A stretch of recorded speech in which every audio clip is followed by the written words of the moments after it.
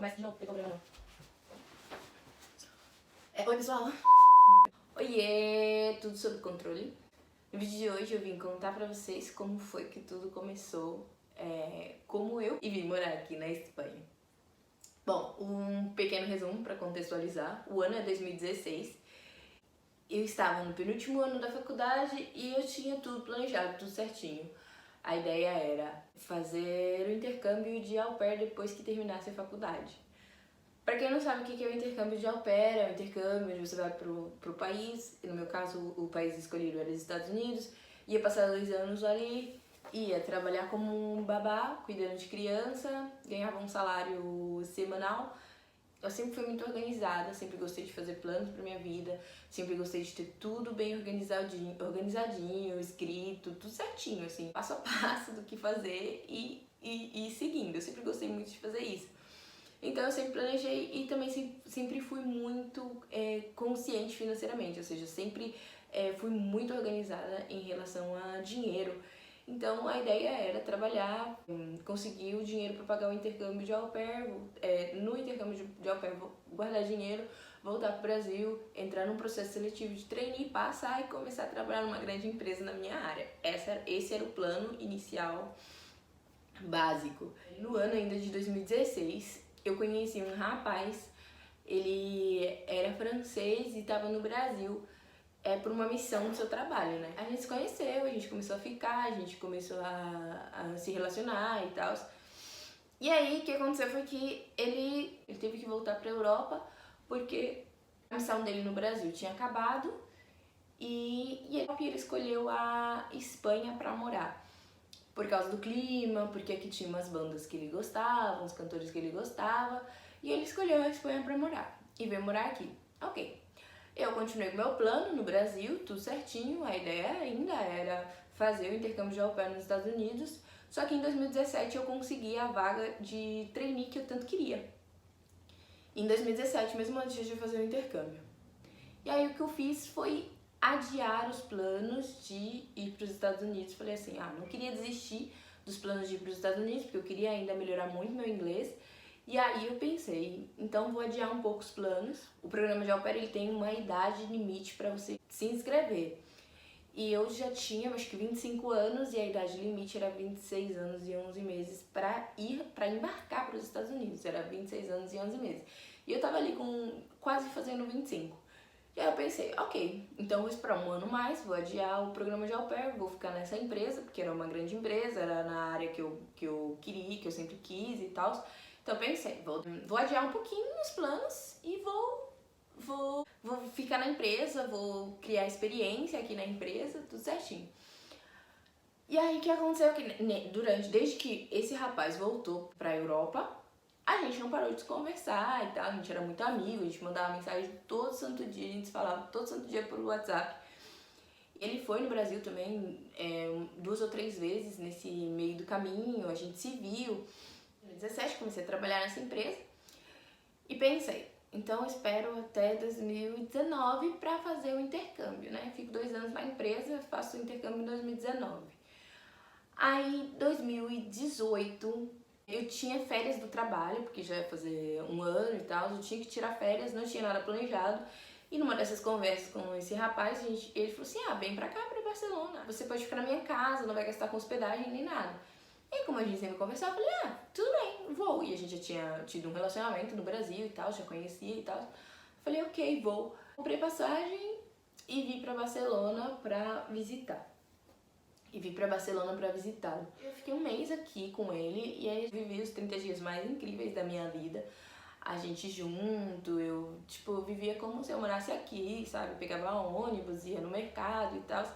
E a gente sempre porque antes de eu vir pra cá pra visitá-lo, ele sempre me falava, vem morar aqui comigo. E eu sempre fui muito independente, né? Eu pensava, eu vou pra Espanha nada, morar com um homem pra homem me sustentar? Eu não, macho vai me sustentar nunca na vida deles. Ai, pobrezinha, não sabia, né? Não sabia. Pensava em não vou, porque eu sou muito independente e eu tinha visto que na Espanha era muito difícil para imigrante, para conseguir emprego, e eu sempre pensei muito em trabalhar, sabe? Porque eu sempre fui muito Assim, eu sempre gostei de ter minha independência. Imagina se eu ia vir pra cá pra, tipo, pra ele cuidar de mim, assim. Por mais que eu gostasse muito dele, tipo, a gente se falava, só que a gente não tinha, os dois viviam tipo, cada um vivia a sua vida, né? E aí, com outras pessoas e tal. Mas a gente se gostava, sempre, a gente se gostou, sempre falava que tinha saudade um do outro e tal. E a gente sempre falava, eu tenho certeza que um dia a gente ainda vai se ver, o destino ainda vai fazer a gente se reencontrar, a gente sempre se falava isso. Inclusive o dia que a gente se despediu no Brasil, ele me falou isso, tenho certeza que um dia a gente ainda vai se reencontrar. Em maio eu tinha férias e aí eu já tinha comprado tudo pra vir pra cá, vivi 30 dias maravilhosos aqui com ele. E isso a gente começou a conversar sobre, tipo, a nossa vida, né? Como que ia ficar, se eu ia voltar pro Brasil. E aí eu falei pra ele quais eram os meus planos, né? Tipo, eu tenho plano disso, disso e disso e não quero abrir mão. Aí ele falou, ok, mas namorar à distância é difícil e tal, você vai estar lá nos Estados Unidos e eu aqui, é uma distância muito grande, enfim. Teve tudo isso, essa conversa, e aí a gente decidiu que eu ia tentar vir pra cá, pra ficar pelo menos uns 6 meses, um visto de estudante pra estudar espanhol e também, tipo, pra a gente se conhecer melhor, assim, tipo, ficar junto, ver se ia dar certo, e depois a gente ia vendo. Depois desses 30 dias aqui de férias, voltei pro Brasil e comecei a pesquisar formas de vir pra cá como estudante, né? E aí o que eu tive foi uma grande surpresa de descobrir que era muito caro. Assim, pra mim na época não dava em torno de uns 6 mil euros e eu não tinha esse dinheiro todo. Apesar de ser muito controlada financeiramente, eu não era rica, sabe? Trabalhava assim de boa, mas não era rica. E além disso, eu ainda ia ter que guardar o dinheiro do au pair. Ia vir pra cá como estudante, ia ter gastos e ainda ia ter que guardar o dinheiro pra fazer o au pair, porque eu ainda não tinha desistido de fazer meu intercâmbio. E nessa época eu não sabia que podia vir pra cá como au pair, porque na verdade tudo que eu pesquisava, eu pesquisei também, e tudo que eu pesquisava eu dizia que tipo que não dava, que não podia, e que au pair na Espanha era somente para pessoas que tivesse passaporte europeu, que fosse da União Europeia. E no caso eu não tenho passaporte europeu, né? Não tenho cidadania nem nada. E aí joguei num grupo, tinha um grupo de brasileiros em Barcelona, e aí eu joguei nesse grupo perguntando se alguém conhecia alguma forma de vir pra cá e tal, tipo, uma empresa de intercâmbio que fosse mais barata e tal. Aí alguém me falou assim, por que vocês não casam? Aí eu falei assim, não, imagina, eu vou casar só por documentação pra poder viver na Europa, a ideia é passar 6 meses e ver se a gente dá certo, não é casar, não. Casar não era uma opção. E aí alguém falou da pareja de hecho, que seria a união estável que existe no Brasil. Aí você vai me dizer, mas união estável e casamento é quase a mesma coisa, não é? Aqui não.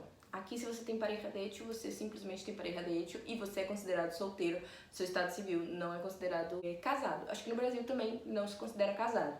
Porém, no Brasil a gente tem uma visão de que, pelo menos eu, minha criação, falo pela minha experiência, tipo, minha criação, todo mundo ao meu redor tem a visão de que quem mora junto é casado e pronto. Aqui não, se você mora junto, você tem um noviazgo, não?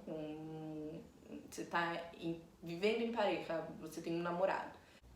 E aí me falaram dessa pareja de hecho, comecei a pesquisar.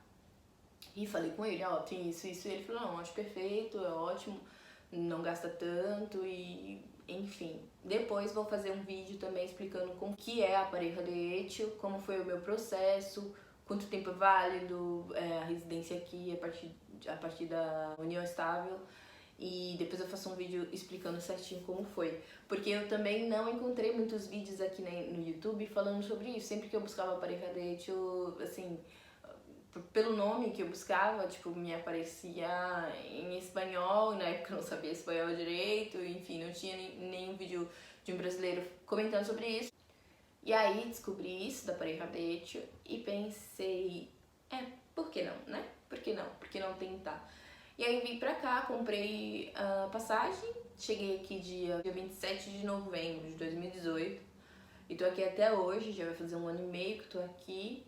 Primeiro ano passei estudando tudo que eu podia. Também vou fazer um vídeo explicando como foi meu primeiro ano aqui, o que eu fiz estando desempregada aqui, o que eu fiz nesse primeiro ano. E também como foi meu planejamento financeiro para vir para cá, porque aí o que eu fiz foi abrir uma conta num banco online aqui e comecei a enviar dinheiro sempre que o câmbio tava eu tinha um limite, assim, né? Se vocês quiserem, depois eu faço um vídeo explicando qual foi o banco, como que eu abri conta somente com o meu passaporte e como que eu ficava mandando dinheiro, qual era o limite de câmbio para eu mandar dinheiro para cá e enfim, deu tudo certo. Essa foi a minha história de como eu vim morar aqui. Já faz 1 ano e meio que eu tô vivendo aqui e tudo certo no momento. Agora em janeiro comecei a trabalhar, inclusive na mesma empresa que eu estava trabalhando no Brasil, essa que eu tinha feito o processo de trainee, a mesma empresa, com a mesma função, tudo que eu tinha planejado no Brasil antes da minha vida, de morar nos Estados Unidos, nada disso deu certo, então por isso que eu disse que eu comecei a perder o controle da situação e não fazia a menor ideia do que eu estava fazendo da minha vida. É